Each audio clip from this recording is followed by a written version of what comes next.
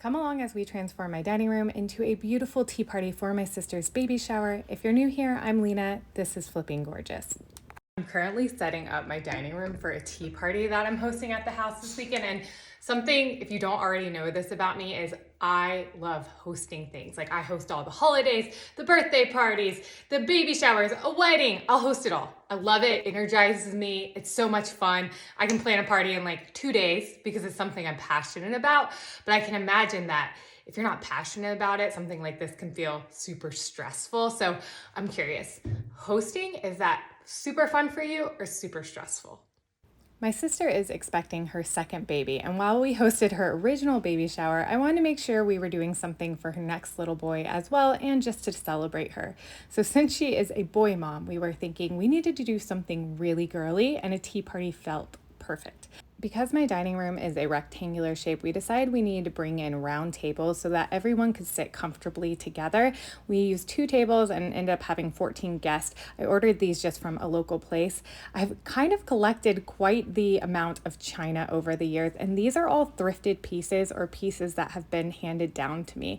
Now, I don't have full sets of all of them. We have some that I bought off Facebook Marketplace, some that were my grandmother's, and some that we used for my brother's wedding that were thrifted. So I've just kept all of them because I don't know, it's something nice about using china. Of course, it's more to clean up, but there's something just special about it. And this teapot was an awesome score that I found at a local thrift shop. Like I said earlier, I don't have full sets of everything, so we just decided to do mixed china on the tables, thinking that it would look pretty. So we just put some of the different saucers with different plates and different teacups, and I don't know, it kind of gives it an eclectic feel, but still also very elegant. I am not the most formal person, but I do love a good setup.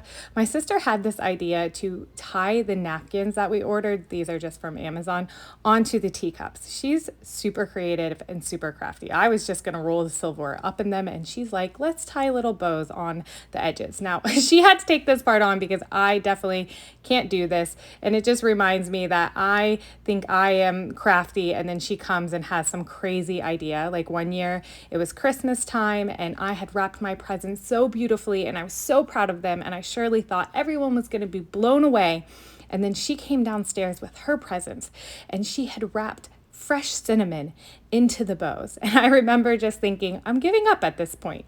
So I, of course, did not have idea to do these tied bows, but she did, and they turned out so cute. They added just a little element. She ended up having to do all of them because, again, I cannot tie perfect bows. I have to give her a lot of credit for a lot of the cutesy stuff that you're going to see in this video. But here's how the mixed china turned out. These glasses are just my normal drinking glasses that I ordered off of Amazon. I've been trying to upgrade some of my stuff lately. We found these cute boxes, and we put biscuits in them as little gifts. Now, my sister is also amazing talented at baking cakes. Again, God gave us different talents. Baking cakes is not one of mine, so she had to make her own cake, and it's vegan, and I keep telling her she needs her own YouTube channel. Now, for the food, I just ordered this from Publix. It ended up being less expensive for me to order the platters and buy all of it and assemble myself. The flowers were cut from my yard and then mixed in with some that I just picked up from the store. I think the table settings turned out absolutely gorgeous. Those chargers are also things that I've thrifted over the year. And again, this teapot was such a score. I searched all over, and the day that I made a really large donation, I walked in and the teapot was standing right there, and I told my sister that it was good karma. The tea party just turned out so beautiful. I used my balloon arches that I've had for years and probably used at 20 parties by now. She made this really cute sign that says tea with the mama to be. Again, it was a small and intimate affair, but we wanted to do something to celebrate her and celebrate the baby. And they're still living with us. If you've been following along, my sister and her family moved into our cottage house while they are searching for their forever home. They're going on about week 8 at this point, but I love it. I'm happy to have them here, and it's so fun to do things with her and set up together, and we really make a great team. If you have a mama to be in your life, I think throwing a tea party is an awesome idea, especially if it's just like a little baby sprinkle.